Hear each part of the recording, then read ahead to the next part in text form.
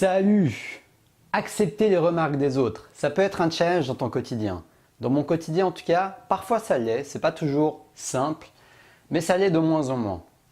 Parce que accepter la remarque des autres peut être un des plus beaux cadeaux que tu peux te faire à toi-même.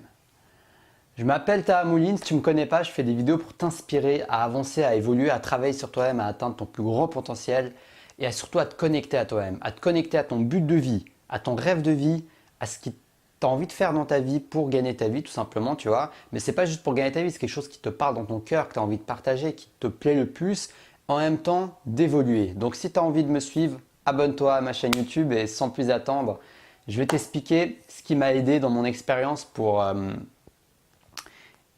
justement accepter les remarques des autres. Parce que oui, les remarques des autres peuvent être prises soit comme des pics, soit comme des cadeaux, comme je l'ai dit. Donc, c'est vraiment une question de perception. Tu peux choisir la perception que tu as des remarques des autres. Parce que les remarques des autres, c'est quelque chose de complètement neutre en fait. Au final, ce ne sont que des mots. Ce ne sont que des mots. Souviens-toi bien de ça, ce ne sont que des mots. Ce sont que des mots qui sortent de la bouche de quelqu'un d'autre. Donc, ce n'est pas les mots qui te blessent, mais ta perception de ces mêmes mots qui te font mal. Donc, prends conscience d'une chose, c'est que ta sensibilité au regard des autres, qui est très liée à ton estime de toi-même, va avoir un impact et une influence sur la manière dont tu vas prendre la remarque. Si tu es quelqu'un qui a tendance à vouloir chercher la validation des autres, tu vois, tu veux toujours être aimé, tu veux toujours que les autres soient d'accord avec toi, ou même si ce n'est pas toujours, mais un peu, tu vois, on est tous à certains degrés sensibles au regard des autres. Bah, tu vois, dès que quelqu'un va te faire une remarque, va peut-être même te donner un feedback positif, bah, tu vas être aux anges. Mais dès qu'il va te donner une feedback d'amélioration, tu vas être en enfer. Et le but, c'est pas que tu sois en enfer ou dans les anges, mais que tu sois sur terre. Que tu sois sur terre.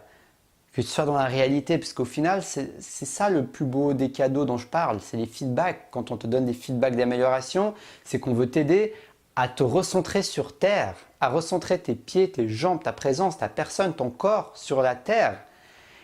Et c'est un des plus beaux cadeaux que tu peux avoir parce que le fait d'être centré sur la terre va te donner beaucoup d'indices pour avancer dans tes projets, pour t'améliorer plus vite, pour gagner du temps, voilà, pour tout ce que tu veux en fait.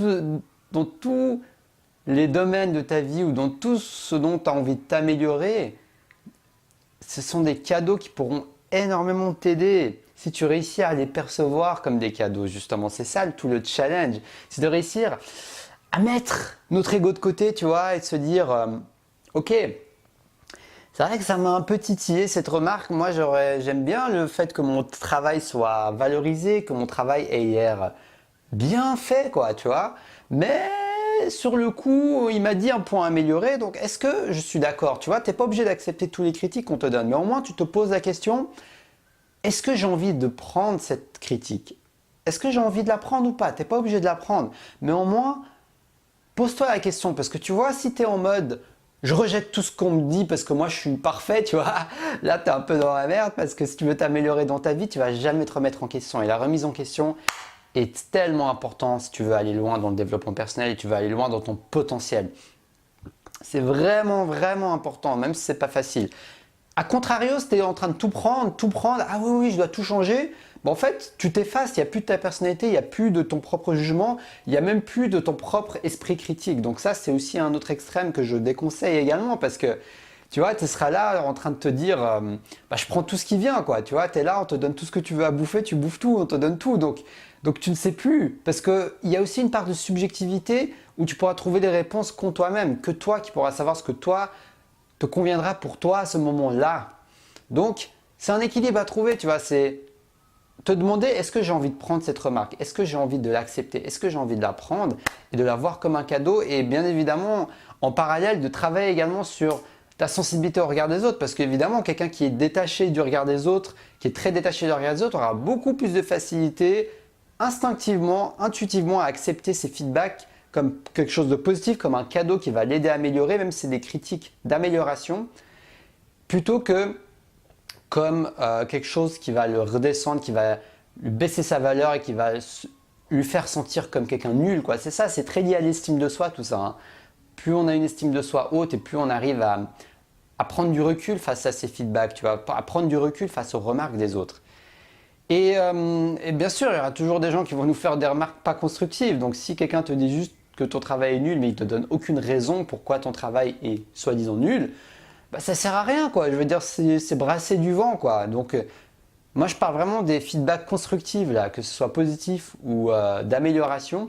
Tout est positif de toute façon, mais je veux dire que ce soit des feedbacks, que des choses que tu fais bien ou des choses que tu ne fais pas bien, que tu peux améliorer. Tout est bon à prendre. Même si tu ne veux pas tout appliquer, tout est bon à prendre. On te donne un savoir. On te met un miroir sur toi-même que tu n'aurais pas eu, à part si tu te filmes et tu te regardes, ou alors que quelqu'un d'autre te le dit et te regarde. Donc c'est un cadeau. Et également un point qui peut t'aider et qui m'aide également, c'est de me mettre dans la peau de l'autre. Tu vois, de te mettre dans la peau de l'autre. De te dire, moi-même dans une situation similaire, est-ce que j'ai vraiment envie de rabaisser l'autre? En général, la réponse sera non. En tout cas, moi, ça m'aide parce que je me dis, bah, au final, moi, j'ai pas envie de rabaisser les autres pour rien. Donc, quand je leur donne un feedback, c'est plus pour les aider. Et le fait de penser à moi dans la même situation que la personne, c'est-à-dire en train de donner un feedback à quelqu'un, bah, en fait, ça me rappelle à quel point je me raconte des illusions dans mon esprit. Je suis là en train de me dire, ah ouais, cette personne, elle me trouve nulle. Ah ouais, mon travail est nul. Oh non, je vais jamais réussir et tout ça. Alors qu'au final, si je me mets dans la peau de l'autre et que je me dis, mais en fait, en général, quand tu dis une remarque à quelqu'un, c'est pour l'aider. Personnellement, moi en tout cas, c'est ça. Quand je fais une remarque à quelqu'un, que je lui dis quelque chose, mon intention première est de l'aider. Bien sûr, il y aura des exceptions, il y aura des gens qui voudront te rabaisser, ils seront jaloux, ça fait partie de la vie, bien sûr.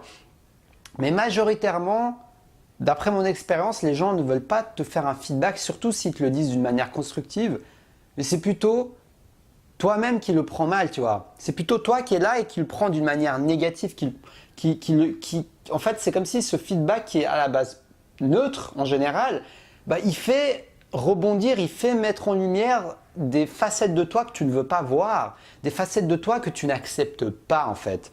C'est ça vraiment le cœur de cette histoire, l'acceptation de soi. C'est vraiment un point important dans le développement personnel. Donc là, je ne vais pas aller en profondeur dans ce sujet dans cette vidéo, mais tout ça en fait c'est vraiment connecté quoi. Là je t'ai parlé de plein de sujets connectés en une vidéo, mais c'est la base.